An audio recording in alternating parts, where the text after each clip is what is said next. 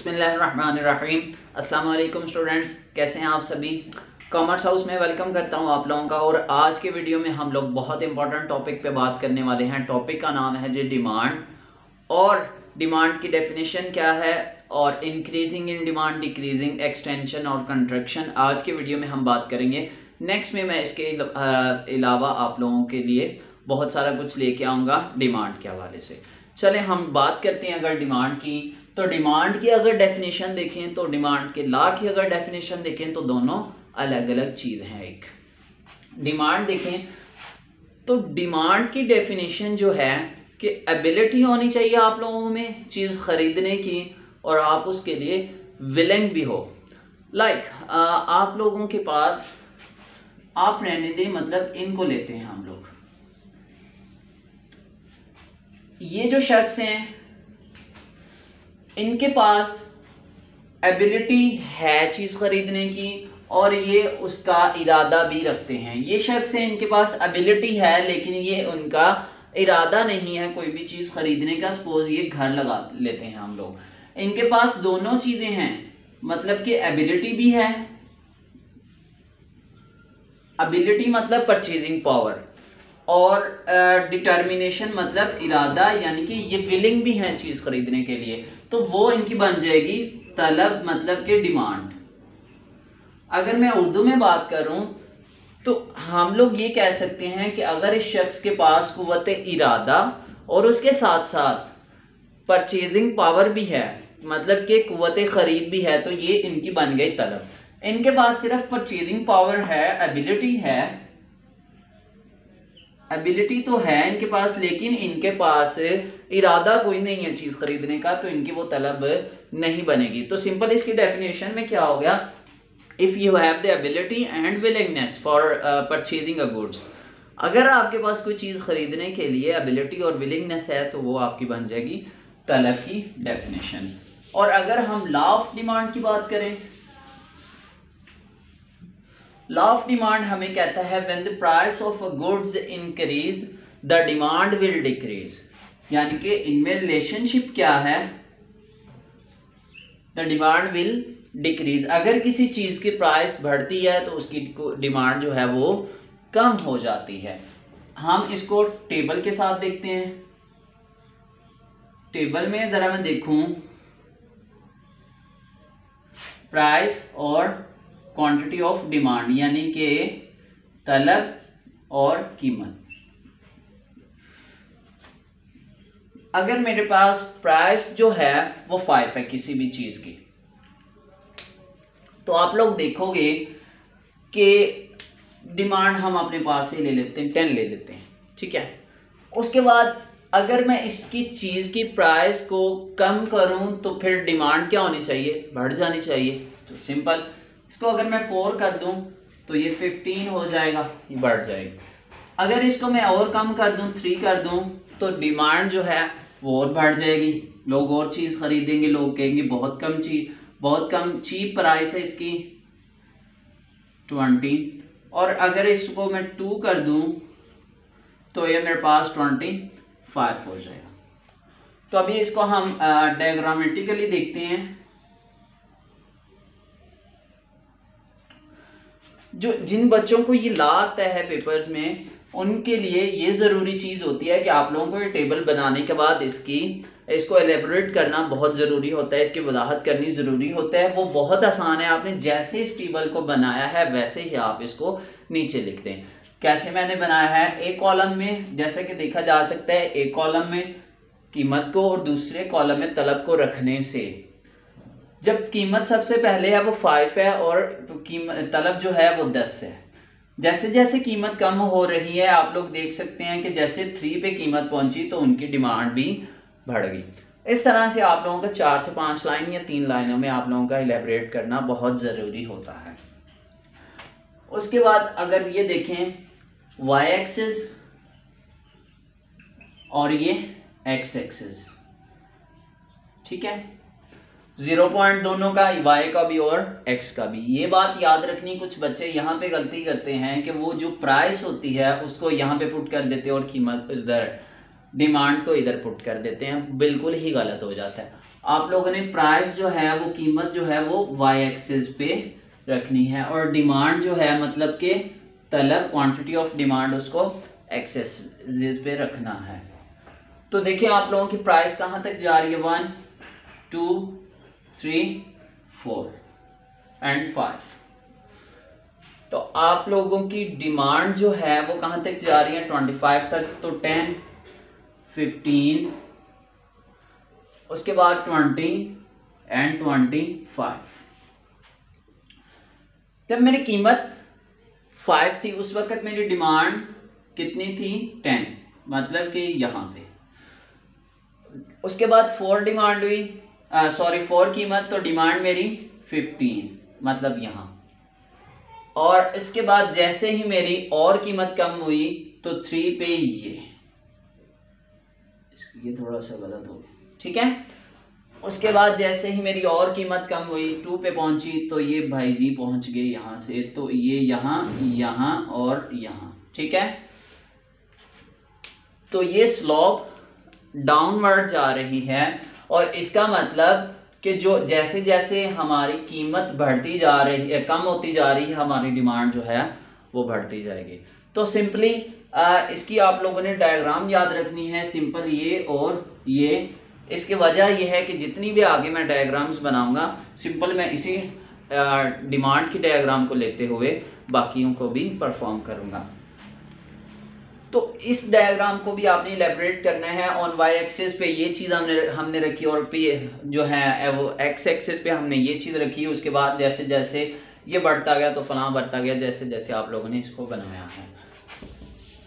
अगर हम बात करें कॉन्ट्रैक्शन ऑफ डिमांड, मतलब के तलब का सुकड़ जाना, और एक्सटेंशन ऑफ डिमांड तलब का बढ़ जाना। एक्सटेंड, डेट एक्सटेंड होगी किसी भी चीज़ की, आप लोगों को पता है कि बढ़ गई है डेट। किसी भी चीज़ का फैल जाना और सुकड़ जाना ये ड्यू टू होता है प्राइस का। एक्सटेंशन एंड कॉन्ट्रैक्शन जो है ये किसकी वजह से होता है, प्राइस की वजह से। एक्सटेंशन या कॉन्ट्रैक्शन किसकी वजह से होता है, प्राइस की वजह से। ये बात आप लोगों ने याद रखनी है। कुछ बच्चे यहाँ पे गलती करते हैं, इसको अदर फैक्टर की वजह से कर देते हैं। एक्सटेंशन और कॉन्ट्रैक्शन की बात अगर की जाए तो इसकी डायग्राम देखिए जरा आप लोग। सबसे पहले हम बनाते हैं एक्सटेंशन की, यानी कि तलब का फैलना ड्यू टू प्राइस, यानी कि किसी चीज की अगर प्राइस कम होती है तो उसकी तलब फैल जाती है, सिंपल। तो देखेंगे 0 और डिमांड का कर्व आप लोगों को पता है, जैसे मैंने अभी आप लोगों को बताया था ये है, ठीक है। अगर किसी चीज की प्राइस कम होती है तो उसकी तलब क्या हो जाती है, फैल जाती है। देखें ये थी प्राइस 0, यहाँ पे क्वांटिटी थी, डिमांड जो है वो 0, ठीक है 0 पॉइंट। अगर किसी चीज की प्राइस कम हो जाए, कम से मुराद ये 0 है तो यहाँ पे, ठीक है, इससे नीचे ही, तो यहाँ पे तो देखे भाई जितनी उसकी कीमत कम हुई उतनी ही उसकी डिमांड जो है वो बढ़ गई। ये देखें इतनी ही इसकी डिमांड जो है। अब ये QD1 ये वाला और ये P1, समझ आ गई बात की आप लोगों को। जितनी चीज की प्राइस कम हुई उतनी ही उसकी डिमांड भी बढ़ गई। अब अगर मैं बात करूं तलब का सुकड़ना, तो इसकी डायग्राम अगर हम देखें 0 और ये डिमांड कर, मतलब ठीक है, ये P0 ये QD0, यानी कि ये ओरिजिनल हमारी डिमांड है इस प्राइस पे। अगर किसी चीज की प्राइस बढ़ जाए तो उसकी तलब जो है वो सुकड़ जाती है, कॉन्ट्रैक्ट हो जाती है, यानी कि प्राइस यहाँ पे मैं बढ़ा दूंगा ये इस पी से। जब आपने प्राइस बढ़ानी हो तो ऊपर ये और ये, ठीक है। तो जितनी मेरी प्राइस, ये प्राइस बढ़ गई और उतनी मेरी डिमांड जो है वो कम हो गई, ठीक है। ये केस था जी आप लोगों का तलब का फैलना और शुक्र। बिल्कुल आपने ऐसे ही इसको इलेबोरेट कर देना है जैसे आप प्यारे से बच्चे करते हो अपनी ही लैंग्वेज में, यानी कि पिंग्लिश में जैसे आप लोग उसको इलेबोरेट करते हो। इंग्लिश वाले इंग्लिश में करेंगे और उर्दू वाले आप लोग उर्दू में ही इसको इलेबोरेट करेंगे। ये टॉपिक था हमारा extension of demand and contraction of demand. अब हम लोग बात करते हैं increase in demand and decrease in demand. Increase and decrease in demand.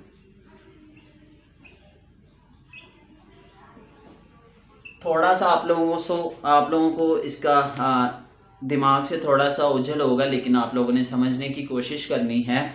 बहुत से सवाल इसमें आप लोगों के जहन में आएंगे।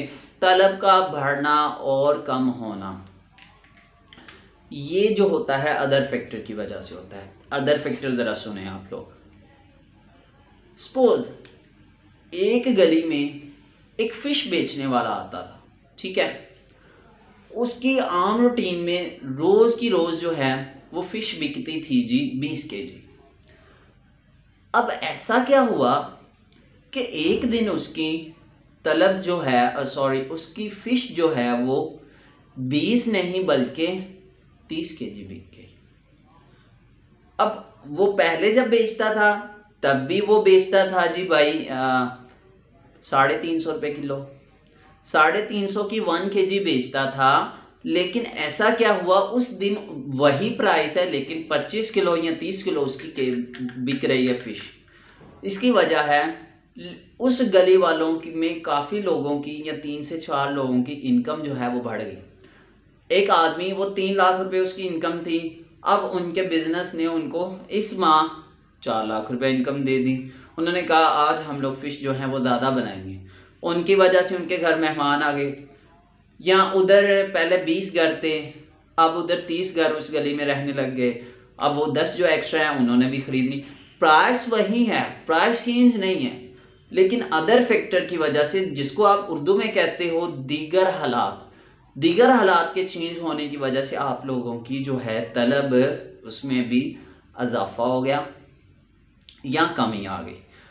अब ये मैंने आप लोगों को बात क्लियर कर दी कि प्राइस का इसमें कोई इफेक्ट नहीं है, इसको आप कहोगे अदर फैक्टर।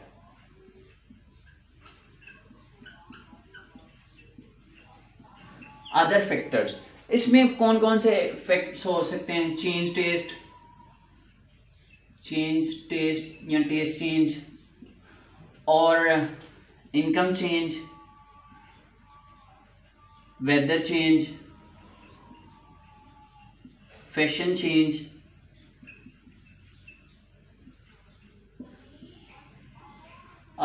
उसको क्या कहते हैं जो नकल मकानी करके आ जाते हैं, वो आप लोग खुद ही इंग्लिश में लिख लेना, आपको पता है इतनी इंग्लिश में रिहाई नहीं है, तो आप लोग उसे कह सकते हो जी, हाँ जो भी कह लो आप लोग, आबादी का पॉपुलेशन चेंज आ गया।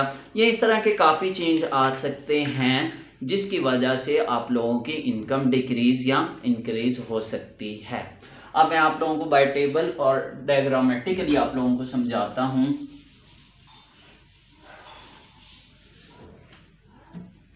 देखिए प्राइस 9, 8, 7, 6 और 5। अभी आप लोगों ने कुछ नहीं सोचना कि सर ने अभी प्राइस क्यों कम कर दी। देखिए ज़रा ओल्ड डिमांड देखिए, ओल्ड डिमांड 10, उसके बाद आ गई जी 5, सॉरी इसको मैं थोड़ा सा बढ़ा लेता हूँ, 20, और इसके बाद 25, ठीक है, और 30, और यहाँ पे 35। चलो यहाँ तक काफ़ी, ठीक है, ये होगी जी हमारी डिमांड का इलाज, जैसे आप लोगों को पता है। देखिए भाई, उसी ही गली में 9 रुपये पे भाई बेचता था जी चीज़ को, 20 केजी बिक जाती थी। ऐसा क्या हुआ कि भाई जो न्यू डिमांड है 1 माह बाद या 2 माह बाद वेदर चेंज हो गया, उसी ही अमाउंट पे वो 30 केजी हो जाता है। न्यू डिमांड कितनी होगी? 30 केजी। और साथ वाली गली में आप लोग देख लो, वैसे एग्जाम्पल के तौर पे तो ये हो जाता है, ठीक है, 35 केजी। और ये बढ़ के चला जाता है जी 40 केजी, 45 केजी, सिंपल। ठीक है, तो आप लोगों को ये समझ आ गया कि प्राइस वही है।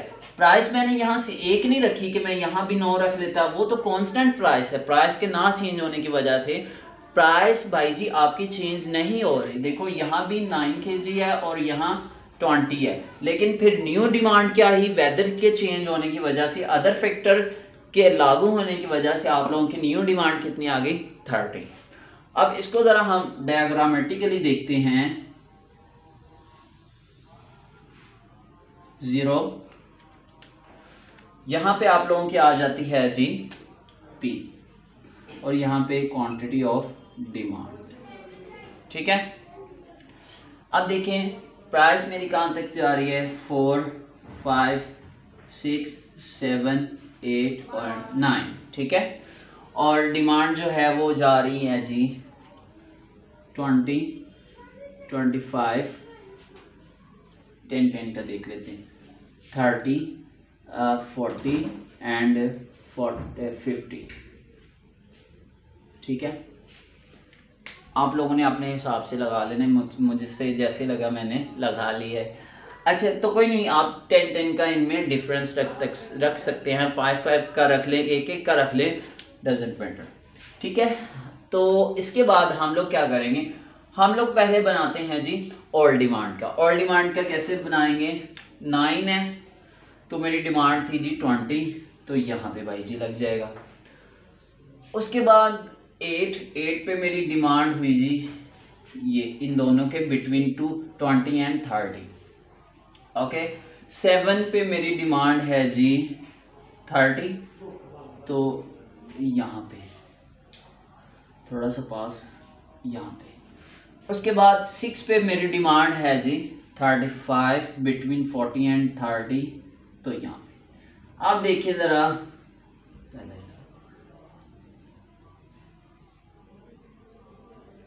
ठीक है, थोड़ा सा मैं और बढ़ा लेता हूँ इसको। 5 करने के बाद इसको मैं कर देता हूँ 40, और इस पे 5 पे मैं कर दूंगा जी 50।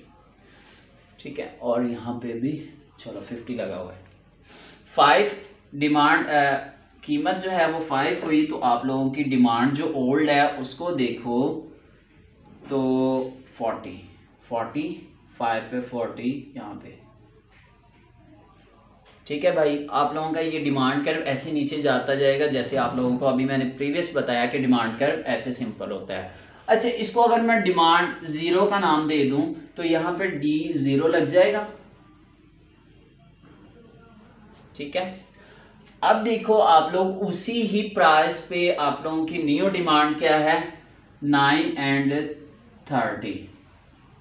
ठीक है, उसके बाद सही लग रहा है, थोड़ा सा पास कर लेते। उसके बाद आप लोगों की 8 डिमांड और 8 प्राइस और न्यू डिमांड कितनी है? 35, मतलब बिटवीन 2 इधर। नेक्स्ट देखिए आप लोग 7 प्राइस और न्यू डिमांड कितनी है जी 40, तो 40 पे आप लोगों की 7 पे यहाँ चले। उसके बाद 6 और न्यू डिमांड 45 बिटवीन 250 एंड 40 यहाँ पे। ठीक है, तो ये हमारा लग रहा है जी न्यू कर्व। Last one,